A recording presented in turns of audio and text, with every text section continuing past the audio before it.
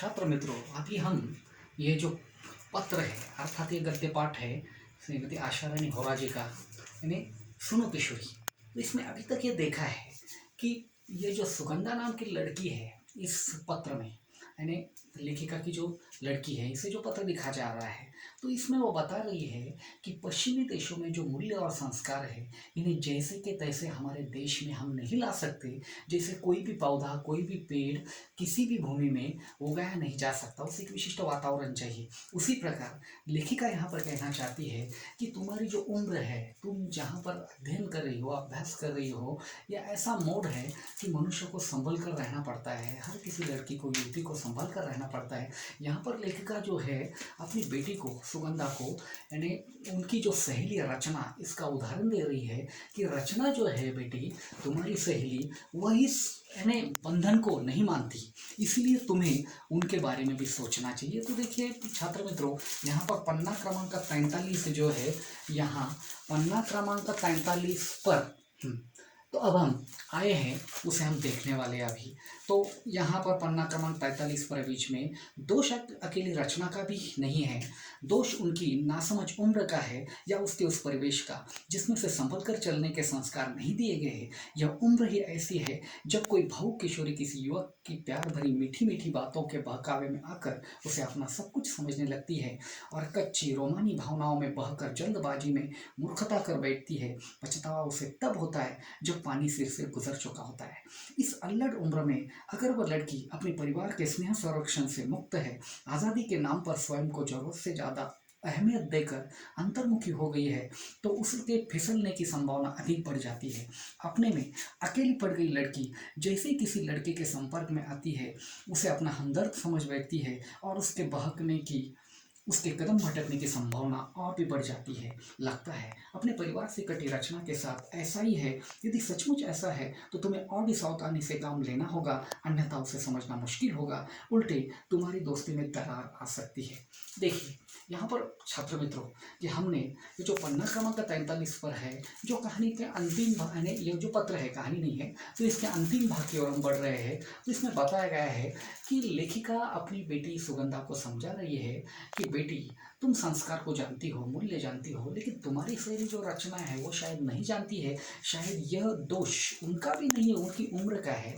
तो बात यह है कि देखा यह जाता है कि तुम्हारी जो मैंने सहेली है रचना, वो ना समझ है, और वह जिस मोड़ पर है, उम्र के मोड़ पर, यानी जिस ऐसे समय पर है या जिस ऐसे काल पर है, यानी तो वहाँ पर उनकी उम्र ये ऐसी है कि जहाँ पर वो ज़्यादा कुछ समझ नहीं सकती। इसीलिए ये उम्र ऐसी होती है कि कोई भी युवती, कोई भी किशोरी लड़की किसी लड़के के संपर्क में आ जाती है तो कभी कभी मीठी मीठी उस लड़के की बातों को, यानी अब जीवन की सच्चाई समझने लगती है और बहकावे में आ जाती है। ऐसे समय ये जो कच्ची उम्र में जो उनसे गलती हो सकती है, इसमें संभलना बहुत ज़रूरी है। तो इसीलिए लेखिका ने यहाँ पर कहा गया है कि इस अल्लड़ उम्र में, यानी हर किसी लड़की को संभालना जरूरी है।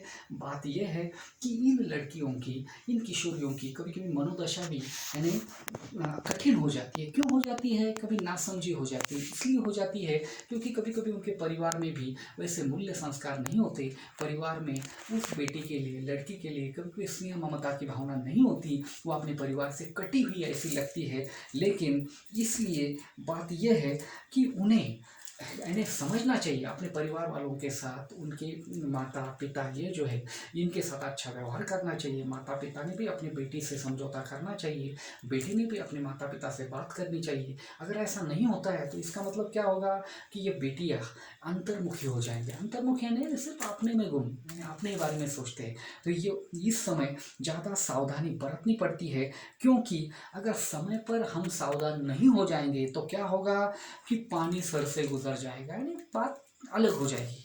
अब देखिए आगे, एक अच्छी सहेली के नाते तुम उसकी पारिवारिक पृष्ठभूमि का अध्ययन करो। अगर लगे कि वह अपने परिवार से कटी हुई है तो उसकी इस टूटी कड़ी को जोड़ने का प्रयास करो। जैसे तुम मुझे पत्र लिखती हो, उससे भी कहो वह अपनी माँ को पत्र लिखे, अपने घर की भाई बहनों की बातों में रुचि ले, अपनी समस्याओं पर माँ से खुलकर बात करे और उनसे सलाह ले। यदि उनकी माँ इस योग्य न हो तो अपनी बड़ी बहन या भाभी से निर्देशन ले सके। यह भी संभव न हो तो अपनी किसी समझदार सहेली या रिश्तेदार को ही राजदार बना ले। घर में किसी से भी बातचीत का सिलसिला जोड़कर वो अपनी समस्या से अकेले जूझने से निजात पा सकती है। नहीं तो तुम तो हो ही। ऐसे समय वो तुम्हारी बात न सुने, तुम्हें झटक दे, तब भी उसकी वर्तमान मनोदशा देखकर तुम्हें उसकी बात का बुरा नहीं मानना है। उसका मूड देखकर उसका मन टटोलो और उसे प्यार से समझाओ। एक शुभचिंतक सहेली के नाते ऐसे समय उसे इसलिए अकेला नहीं छोड़ देना है कि वो तुम्हारी बात नहीं सुनती या तुम्हारी बात का बुरा मानती है। तुम साथ छोड़ दोगी तो और टूट जाएगी। अकेली पड़कर वो इधर उधर हो जाने के लिए कदम बढ़ा लेगी, जिधर जाने से तुम उसे रोकना चाहती हो। यही वो तुम्हारे धैर्य और संयम की परीक्षा है। देखो यहाँ पर हमने अभी तक ये जो देखा है कि यहाँ पर रचना नाम की उनकी जो सहेली है सुगंधा की, उसे सुगंधा की माँ उसे सलाह देती है कि बेटी तुम क्या करो कि अगर वो परिवार से कटी हुई है, रचना अगर अपने परिवार से कटी हुई है, उनके उनके यानी उनसे ममता स्नेह उनमें नहीं है, समझने की बात नहीं है, तो तुम क्या करो कि एक सहेली के लिए एक सहायता के हेतु तुम उसके परिवार का अध्ययन करो, अभ्यास करो। देखो कि क्या उनके माता पिता उनसे अच्छी बातचीत करते हैं। अगर माता पिता उनसे अच्छी बातचीत नहीं करते, उनके साथ उनका संबंध ठीक नहीं है, तो फिर उनका बड़ा भाई, उनकी भाभी, उनके घर के परिवार के जो सदस्य है उनसे बात करो।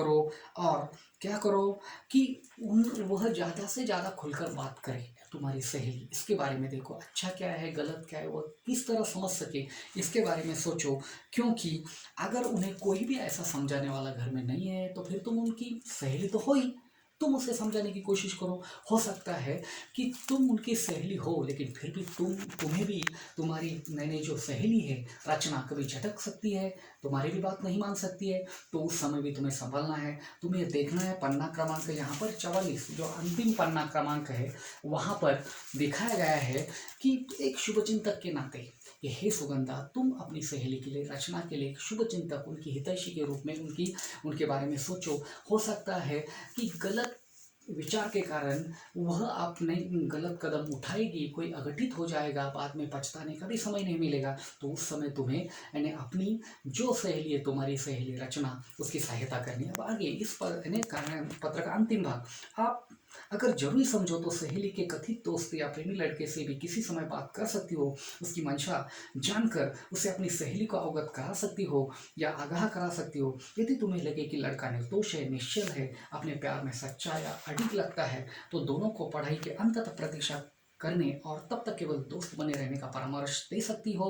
पर यहाँ भी तुम्हें सतर्कता बरतनी होगी। रचना को विश्वास में लेकर दोस्ती के दौरान उससे कोई गलत कदम न उठाने का वायदा लेना होगा, वरना दूसरों की आग बुझाते अपने हाथ जला लेना कोई अनहोनी या असंभव बात नहीं। इसलिए मैंने कहा है कि तुम्हारी सूझ समझ की भी परीक्षा होगी। और एक बात यह मत समझना कि सलाह केवल तुम बेटी हो इसलिए दी जा रही है। यही सलाह कोई भी अम्मा अपने पुत्र को भी देगी। ये बातें बेटा बेटी के लिए समान रूप से लागू है।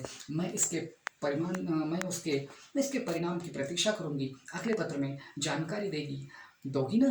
सुनो किशोरी पत्र संग्रह से देखिए इस अंतिम भाग में यहाँ पर कहा गया है कि सुगंधा नाम की बेटी को अपनी माँ कहती है तुम अपनी रचना बेटी को सही रास्ते पर लाने की कोशिश करो।